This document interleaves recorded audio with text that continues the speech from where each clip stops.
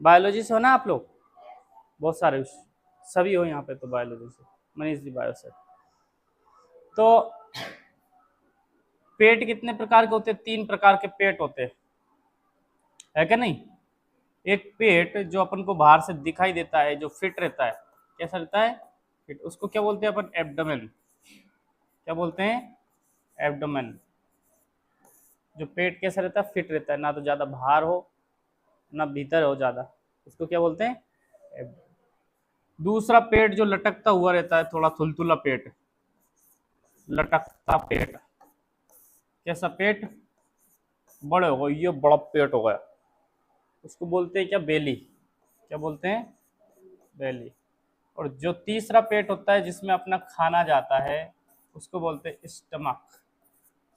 क्या बोलते हैं? स्टमक। और हिंदी में बोलते हैं इसको अमाशय। क्या बोलते हैं? अमाशय। और मैं बात कर रहा हूँ किसकी? अमाशय की ही। किसकी बात कर रहा हूँ? अमाशय। अमाशय में से गैस निकलती है, कौन सी? HCl, hydrochloric acid. ये क्लास 10th में भी है ना बुलबुल? क्लास 10th में भी है, और बायोलॉजी वाले जानते ही हैं। अब ये गैस है, क्या है? गैस है, लेकिन साथ साथ में ये लिक्विड भी है। क्या है? जब आप इसको गैसीय अवस्था में देखो तो ये डकार के रूप में बाहर आता है। डकार जानते हैं ना अपन को? डकार आ जाती है, खट्टी खट्टी डकार आ जाती है जब अपने शरीर में क्या बढ़ जाती है? एसिडिटी। क्या बढ़ जाती है? एसिडिटी बढ़ जाती है। एसिडिटी बढ़ जाती है तो यहाँ से क्या आती है? डकार आती है और गैस के रूप में आती है। और वो गैस कौन सी होती है? हाइड्रोक्लोरिक एसिड की, HCl गैस होती है। क्या होती है? HCl gas. ठीक है। लेकिन जैसे मान लीजिए यहाँ पे आई डकार के रूप में, तो ये क्या है? गैस है। क्या है? लेकिन यहाँ पे क्या होता है, जब भीतर रहती है तो इस पर प्रेशर बढ़ जाता है। क्या बढ़ जाता है? प्रेशर। तो ये गैस है ना, उस लिक्विड में घुल जाती है, और ये HCl है ना, गैस से क्या बन जाता है? द्रव बन जाता है। क्या बन जाता है? द्रव। यही HCl क्या बन जाता है? गैस से द्रव बन जाता है। तो HCl कैसी गैस है? एक एसिडिक है, यानी खट्टी खट्टी डकार जो आती है ना, वो हाइड्रोक्लोरिक एसिड की होती है, लेकिन ये डकार के रूप में हो सकती है, गैस के फॉर्म में भी हो सकती है, और लिक्विड के फॉर्म में होती है। अब ये होता कब है? कब ये लिक्विड में चेंज होती है, कब ये गैस में रहती है? तो जब इस पर प्रेशर पड़ता है। क्या पड़ता है? प्रेशर। जब इस पर दबाव पड़ता है तो ये क्या बन जाती है? लिक्विड। और जैसे ही दबाव हटा, ये क्या बन जाती है? गैस। ठीक है। इसका एक और उदाहरण है LPG, अपने घरों में यूज होने वाली, जो खाना बनाते हैं ना अपन, लिक्विफाइड पेट्रोलियम गैस, जिस पे हम रोटियां बनाते हैं, सब्जियां बनाते हैं। ठीक है। उसमें पहला शब्द क्या है? लिक्विफाइड, यानी कि द्रवित। ऐसी गैस जो किस फॉर्म में है? द्रव, लिक्विड के फॉर्म में रहती है वो, सिलेंडर के भीतर। क्यों? क्योंकि सिलेंडर के भीतर जब उसे भरा जाता है तो प्रेशर के साथ भरा जाता है, भीतर उस पर क्या लगा दिया जाता है? प्रेशर लगा दिया जाता है। तो वो गैस होती है ना, जैसी कंप्रेस होती है, संपीड होती है, जब जैसे उसको दबाते हैं तो गैस से किस फॉर्म में आ जाती है? द्रव फॉर्म में आ जाती है, द्रव में बदल जाती है, द्रव में भीतर भरी रहती है उसमें। इसको अपन LPG इसीलिए बोलते हैं क्योंकि वो लिक्विड है अंदर। क्या है? लिक्विड। समझ में आई? गैस के सिलेंडर मान लीजिए आधा खाली हो गया आपका, या थोड़ा बहुत बचे हुए उसमें गैस, तो आप उसको ऐसे हिला डुला के देखोगे तो आपको ऐसा लगेगा कि यार इसमें कुछ लिक्विड भरा जो इधर उधर हो रहा है। कभी देखा क्या आपने ऐसा? सिलेंडर को उठा के देखना, जब ऐसे ऐसे करते हैं ना तो उसमें ऐसे हिलोरे लगती है, तो समझ जाओ उसमें क्या है? लिक्विड भरा है, लिक्विड भरा है। लेकिन जैसे ही वो बाहर निकलेगा किस में चेंज हो जाएगा? गैस में। क्यों? सिलेंडर के बाहर आते से उसका प्रेशर क्या हो जाता है? कम हो जाता है। ठीक है।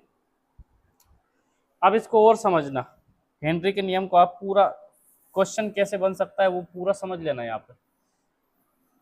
कि एक तो ये चीज हो गई, दूसरी अपने पास में जैसे मान लीजिए जो गोताखोर होते हैं, गोताखोर जानते हो आप लोग? नहीं जानते?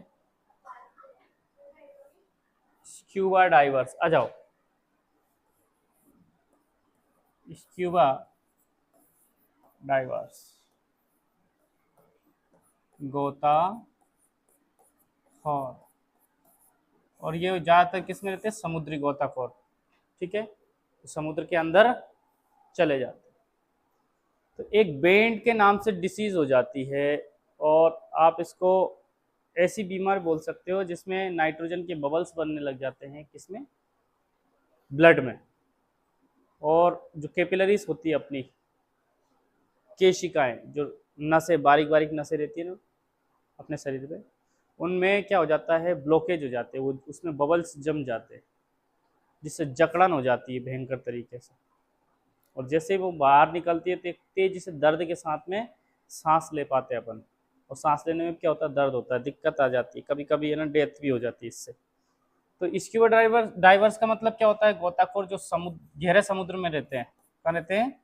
गहरे समुद्र के अंदर गोता लगाते हैं।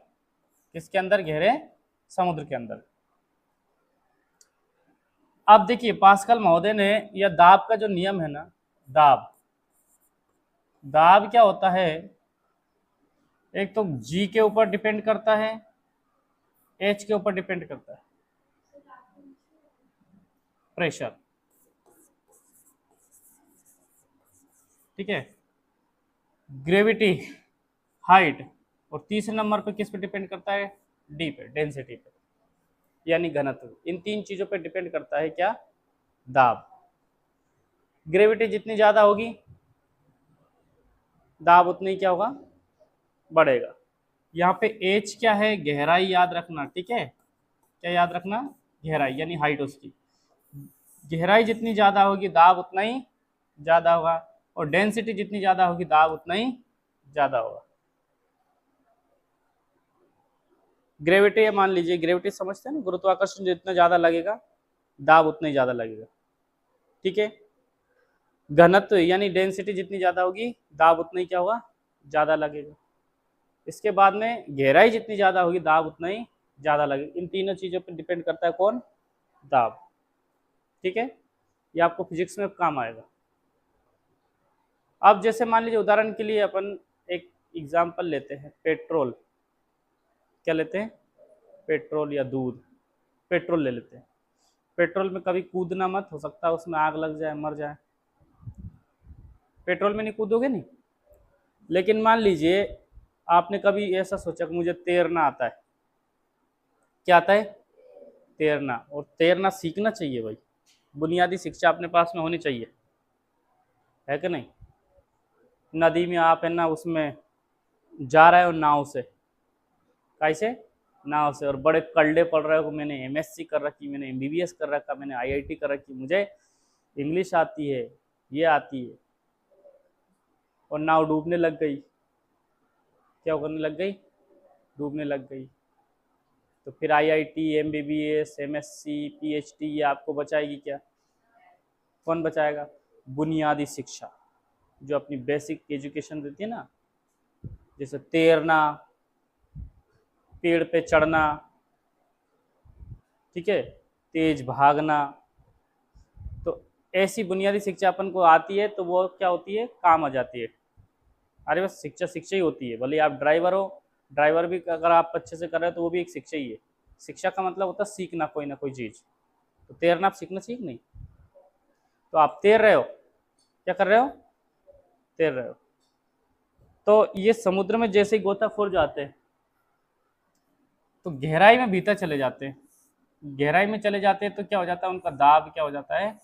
बढ़ जाता है। दाब बढ़ जाता है। तो साथ में मान लीजिए वो एक सिलेंडर भर के ले गए काई का? गैस का, जिसमें ऑक्सीजन भी है, नाइट्रोजन भी है। क्योंकि अपने एटमॉस्फेयर में 78% क्या है? नाइट्रोजन है, बाकी 21 क्या है परसेंट क्या है? ऑक्सीजन है, बाकी अदर गैसेस है। तो आप सांस लोगे तो आपके शरीर के अंदर कौन सी गैस ज़्यादा जाएगी? नाइट्रोजन ही जाएगी। अभी भी जा रही है, वो जा रही कि नहीं जा रही?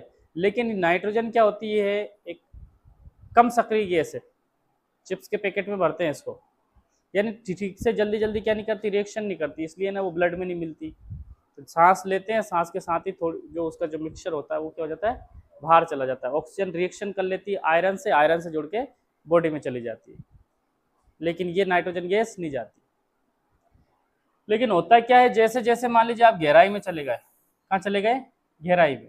गहराई में बढ़ गया तो गहराई चली गई, तो गहराई में चले गए तो क्या बढ़ गया? दाब बढ़ गया। दाब बढ़ गया तो दाब के साथ में क्या बढ़ जाती है? विलेयता बढ़ जाती है। क्या बढ़ जाती है?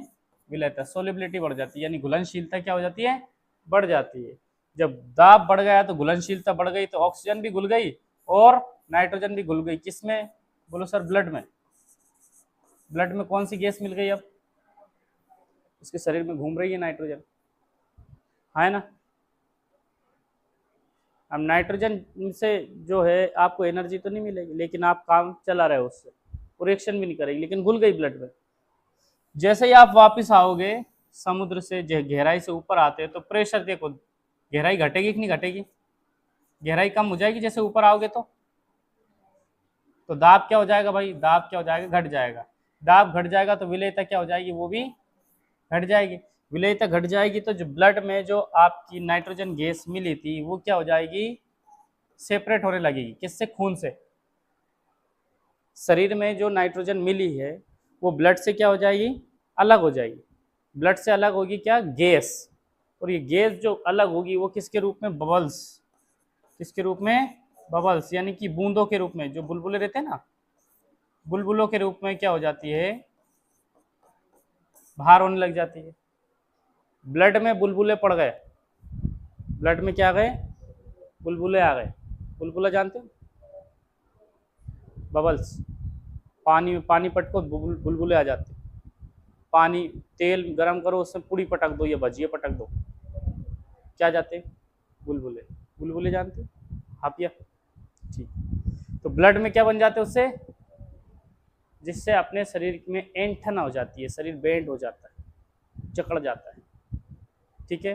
तो ऐसा प्रश्न आ जाए तो आप हिंदी मीडियम के हो और इंग्लिश मीडियम के भी हो, ऐसा सोच समझ के, अगर भूल जाओ तो सर ने ये बताया था ऐसा लिख भी सकते हैं अपन। लिख सकते ना? क्या नहीं लिख सकते? लिख सकते तो लिख देना, बाकी मैं भी लिखवाऊंगा, लेकिन भूल मत जाना। ठीक है। गहरे समुद्र में जाने पर विलेयता बढ़ती है, क्या होती है? लेकिन जैसे ही वो बाहर आते हैं तो उनके शरीर में एक जकड़न, ऐंठन सी आ जाती है। उसका कारण क्या है? तो जो मैंने आपको बताया ना, नाइट्रोजन पहले तो घुल जाएगी भीतर जाएंगे तो, लेकिन जैसे ही वापस बाहर आएंगे तो क्या होगी? सेपरेट होगी। किससे? ब्लड से। ब्लड से सेपरेट होगी तो ब्लड में क्या बनेंगी? नाइट्रोजन गैस के बुलबुले बन जाएंगे, बबल्स बन जाएंगे, जिससे शरीर में क्या हो जाएगी? ऐंठन आ जाएगी। क्या जाएगी? आ रही बात समझ में? ये हो गई बात। अब दूसरी बात करते हैं अपन काय की। मान लीजिए ये तो अपन गहराई में गए, कहाँ पे गए? हाई एल्टीट्यूड पे चलते हैं अब। किस पे? हाई एल्टीट्यूड्स, यानी कि पहाड़ों पर। किस पे? पहाड़ों पे। अब ध्यान से सुनना मेरी बात। गहराई बढ़ती है, क्या बढ़ती है? गहराई बढ़ती है तो दाब भी क्या होगा? बढ़ेगा कि नहीं बढ़ेगा? बोलो हाँ सर, बढ़ेगा। गहराई बढ़ेगी तो दाब बढ़ेगा, बढ़ेगा। लेकिन यदि गहराई घटेगी तो दाब क्या हो जाएगा? घट जाएगा। और दाब यदि घट जाएगा, क्या हो जाएगा? घट जाएगा। तो विलेयता भी क्या हो जाएगी? घट जाएगी, हाँ या ना? विलेयता क्या हो जाएगी? घट जाएगी। विलेयता घट जाएगी तो ठीक से ब्लड में गैस नहीं मिलेगी। आप सांस ले रहे हो, ऑक्सीजन भीतर जा रही है, दाब के कारण ऑक्सीजन, प्रेशर बढ़ा है तो ऑक्सीजन प्रेशर के कारण क्या होती है? ब्लड में मिल जाएगी। किस में मिल जाएगी? ब्लड में। तो अच्छी बात है। लेकिन मान लीजिए दाब घट गए, आप समुद्र यहाँ पे चढ़ गए एक पहाड़ पे, यहाँ पे बैठ के आप है ना पार्टी कर रहे हैं, रोटी बना रहे हैं, पार्टी कर रहे हैं, भट्टे पार्टी, गोभी की सब्जी बनाई, पार्टी करी, गोभी पार्टी। ये कैसी पार्टी? तो यहाँ पे आपको सांस लेने में क्या हो रही? दिक्कत आ रही। थोड़ी देर बाद आप फिजिकली क्या हो जाएंगे? थक जाएंगे, फिजिकली प्रॉब्लम आ जाएगी, शारीरिक रूप से आपको दिक्कत आएगी। साथ साथ में ऑक्सीजन ब्रेन में सप्लाई होना भी क्या हो जाएगी? कम हो जाएगी। इसलिए मेंटली भी आप क्या हो जाओगे? डिस्टर्ब हो जाओगे। ठीक है। खाना बनाओगे, प्रेशर कुकर काम जो मतलब उस प्रेशर कुकर तो ठीक है, प्रेशर कुकर जल्दी बना देता है, लेकिन उसमें दाल उबाल रहे, पानी उबलते ही जा रहा है, उबलते जा रहा है, गर्म ही नहीं हो रही दाल, बॉइलिंग पॉइंट भी क्या हो जाएगा? घट जाएगा। तो खाना देर से बनेगा। तो विलेयता क्या हो जाती है, यहाँ पे घट जाती है, दाल का घुलना क्या हो जाएगा, बंद हो जाएगा। ये तो सॉलिड लिक्विड की बात है, लेकिन यहाँ पे जो सांस ले रहा है सामने वाले, उसके बॉडी में ऑक्सीजन की क्या हो जाएगी, कमी हो जाएगी। क्यों कमी हो जाएगी, कि दाब घट रहा है, दाब घट रहा है तो क्या होती है, जो ब्लड में ऑक्सीजन गैस नहीं मिलेगी, नहीं मिलेगी, ऑक्सीजन की क्या हो गई, कमी हो गई, क्या हो गई, कमी हो गई। ठीक है, इस कंडीशन में भी एक बीमारी हो जाती है, अनैक्सिया। क्या हो जाएगी, अनैक्सिया की एक डिसीज हो जाती है, जिसमें फिजिकल यानी कि शारीरिक रूप से और मानसिक रूप से क्या हो जाते हैं, व्यक्ति डिस्टर्ब हो जाते हैं, उनको सांस लेने में क्या होती है, तकलीफ होती है। ठीक है, मेरी बात समझ में आ रही कि नहीं आ रही? ये सब हेनरी के नियम के एप्लीकेशंस है, किसके, हेनरी के नियम से। ठीक है, तो दो चीजें समझ में आ गई। एक और तीसरी चीज और बताइए, उसको भी समझना, कि जैसे मान लीजिए सॉफ्ट ड्रिंक्स होती है, क्या होती है, सॉफ्ट ड्रिंक्स, या फिर सोडा वाटर, सोडा वाटर। देखिए ये सॉफ्ट ड्रिंक्स होती है, इसको जैसे कोल्ड ड्रिंक पी आपने, कब पी, ठंड के दिनों में पीते, अच्छा सॉरी गर्मी में पीते, ठंड में क्यों नहीं पीते, वो खुद ठंडी होती है ना, जरूरी है वो ठंडी रहे, फ्रिज में मत रखो, गर्म पी लो। लेकिन कोल्ड ड्रिंक्स जो होती, कोल्ड मतलब ठंडी ड्रिंक, सॉफ्ट ड्रिंक्स कब पी थी आपने, आप बताओ, कल रात को, कौन सी,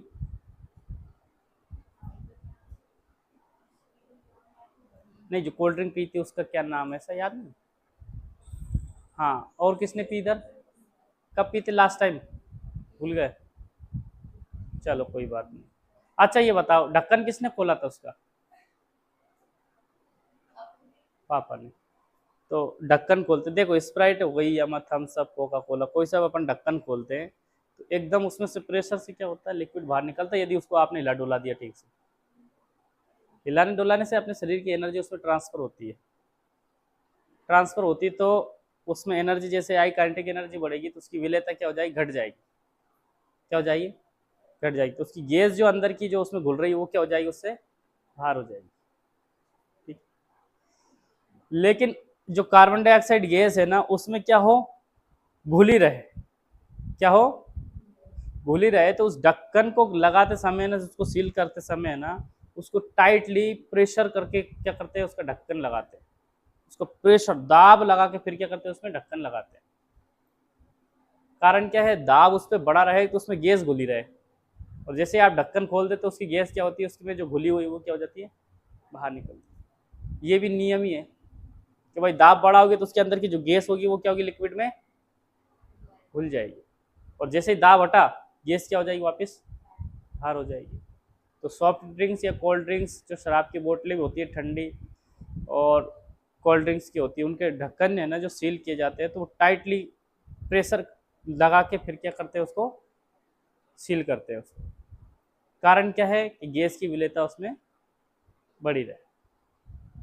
सोडा वाटर या फिर नींबू सोडा अपन पीते हैं, नींबू सोडा में जो एक नींबू भर दिया, थोड़ा सा पानी भर दिया, बर्फ भर दिया, उसमें सोडा जो जो मिलाएगा वो गैस मिलाएगा, वो ऐसे दबा दबा के थोड़ी सी मिला देता है, फिर अपन उसको पीते, तो वास्तव में उसमें गैस रहती है। अब इसको सॉफ्ट ड्रिंक क्यों बोलते हैं, सॉफ्ट ड्रिंक इसलिए बोलते हैं कि पीते तो हैं अपन लिक्विड, लेकिन इतना सॉफ्ट लिक्विड है कि वो है ना गैस बन जाता है, भीतर अपन को पता ही नहीं पड़ता कि अपन ने क्या पी लिया, क्योंकि वो डकार के रूप में क्या हो जाता है, गैस के रूप में वापस क्या हो जाता है, बाहर हो जाता है। ठीक है, पी लिया लेकिन पिया नहीं, फिर भी समझ में आई बात।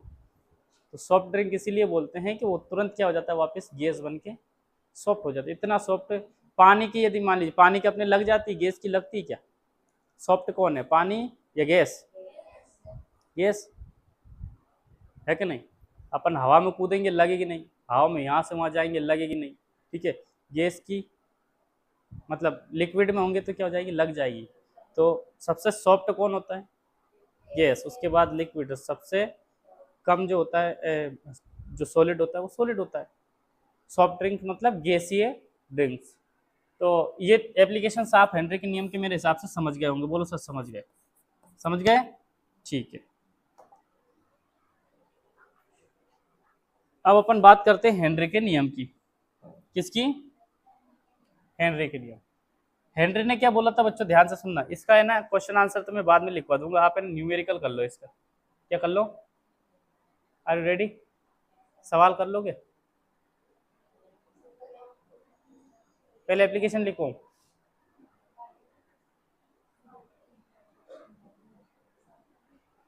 चलो हेनरी के नियम तो समझो पहले। नाम क्या था, विलियम हेनरी, विलियम हेनरी, ये नाम है।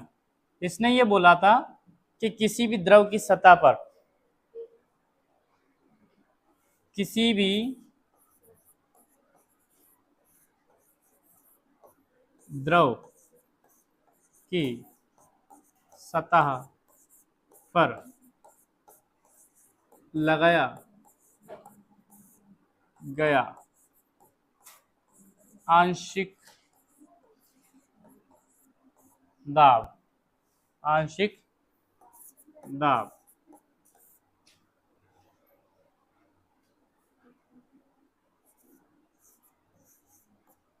उसके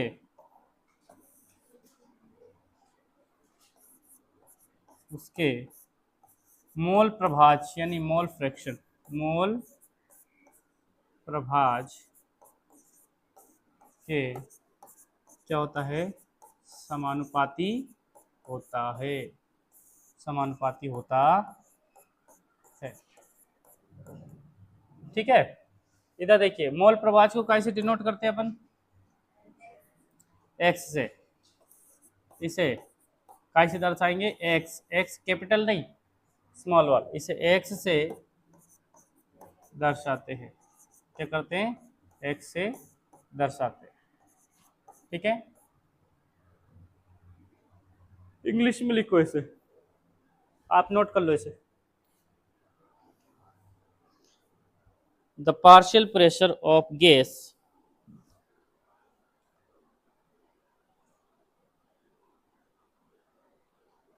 पार्शियल प्रेशर, गैस का मोल प्रभाज होगा, ये ध्यान रखना है, मोल प्रभाज किसका होगा ये, हाँ मोल प्रभाज लिख देता हूँ, मोल प्रभाज किसका रहेगा इसमें, गैस का, मोल प्रभाज गैस का। अब इसको टेम्परेरी लिख लो, कैसे, फेयर कॉपी नहीं बना रहे हो, क्या बना रहे हो, डबल से बनाओगे क्या, है ना, मैंने ये बोला था ना अभी, टेम्परेरी लिख लेना याद करने के लिए, क्योंकि अपन ने पूरी डिटेल में थोड़ी दिखा है इसको, विलेयता विलेयता गुणनफल बहुत सारी चीजें देखी थोड़ी नहीं इसमें ना, जो लिख लिया वो ठीक है कोई बात नहीं, लेकिन इसको है ना डबल से बनाना पड़ेगा आपको, बनाओगे नहीं, बोलो हाँ। मोल प्रभाज काय का लेना है भाई, गैस का लेना है, किसका, गैस का, ठीक है। इंग्लिश में क्या लिखा आपने, हाँ क्या लिखा, द, हाँ पार्शियल प्रेशर लिखा हो, the partial pressure of gas is directly proportional the mole fraction of is directly proportional to the mole fraction of the gas,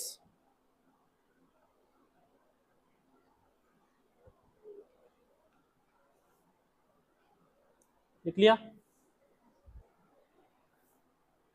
it is denoted by x, ऐसा लिख लो, it is denoted by x,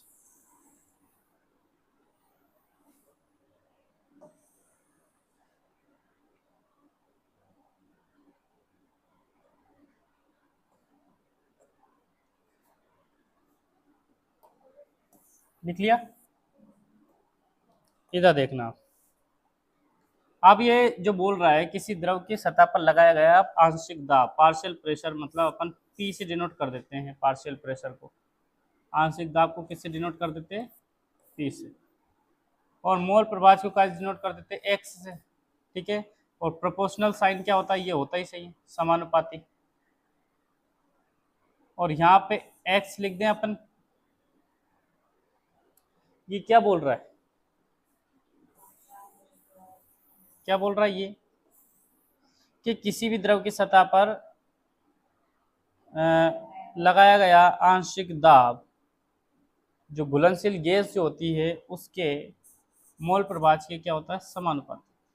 gas का मोल प्रभाज लेना है, द्रव की सतह है, द्रव की सतह पे अगर दाब लगाया तो उसके आसपास जो बीच में जो गैस है, वो गैस है ना, वो क्या होगी, उसमें घुलेगी।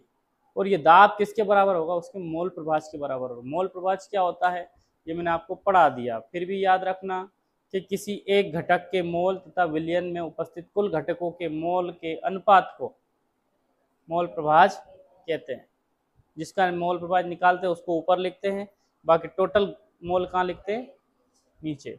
जैसे मान लीजिए जल में क्या घुला है, नमक, जल में क्या घुला है, नमक घुला है। आपको मोल प्रभाज किसका निकालना, मान लीजिए नमक का, तो नमक का मोल आप लिखेंगे आप ऊपर, और नीचे किसके मोल लिखेंगे, जल के और नमक दोनों के, नमक लिखोगे कि नहीं लिखोगे, ऐसे ही पढ़ा था नहीं। तो मोल प्रभाज आपको क्या करना पड़ेगा, बोलो सर, निकालना पड़ेगा। और किसका, गैस का। इसको अपन आगे बढ़ाते हैं बच्चों, आगे बढ़ाते हैं तो ये प्रोपोर्शनल साइन सब जगह अपन जानते हैं हटता है, और यहाँ पे हटने के बाद में एक कांस्टेंट लगता है, क्या लगता है, कांस्टेंट, यानी कि नियतांक। तो यहाँ भी एक नियतांक लगाओ, और नियतांक होगा अपना कौन सा, के, कैपिटल लेटर में, और उसके नीचे कैपिटल लेटर में छोटा सा क्या बनाना, एच, दोनों बराबर नहीं बनाना है, ठीक है। के बड़ा बनाना, एच छोटा बनाना, लेकिन एच कहाँ बनेगा, बेस में, ठीक है।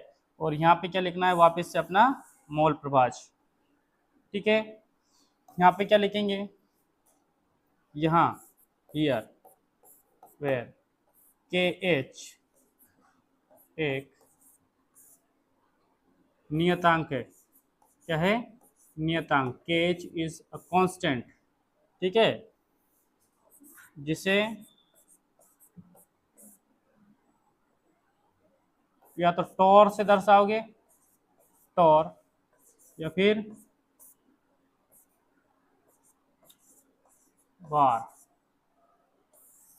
इसके नाम से जाना जाएगा, ठीक है।